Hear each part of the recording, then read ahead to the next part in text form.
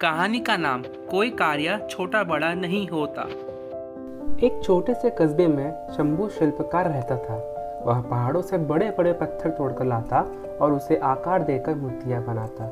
इस रोजगार में मेहनत बहुत ज्यादा थी और आमदनी कम। एक दिन शंभू सोचता है कि छोटा मोटा काम करने से क्या फायदा, ठीक से 2 वक्त की रोटी भी नसीब नहीं होती।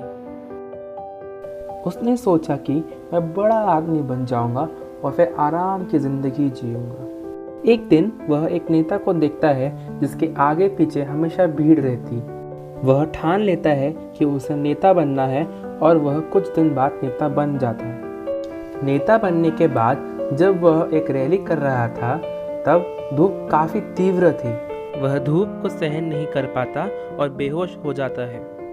होश आने पे उसने सोचा, नेता से तो ज्यादा बलवान सूर्य है। वह सोचता है मुझे तो सूर्य बन जाना चाहिए।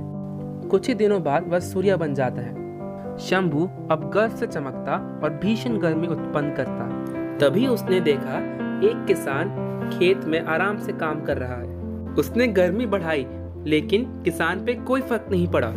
तब उसने विचार किया कि पृथ्वी पर तो ठंडी ठंडी हवा बह रही है। उसने सोचा हवा बनकर तो मैं और भी शक्तिशाली हो जाऊंगा।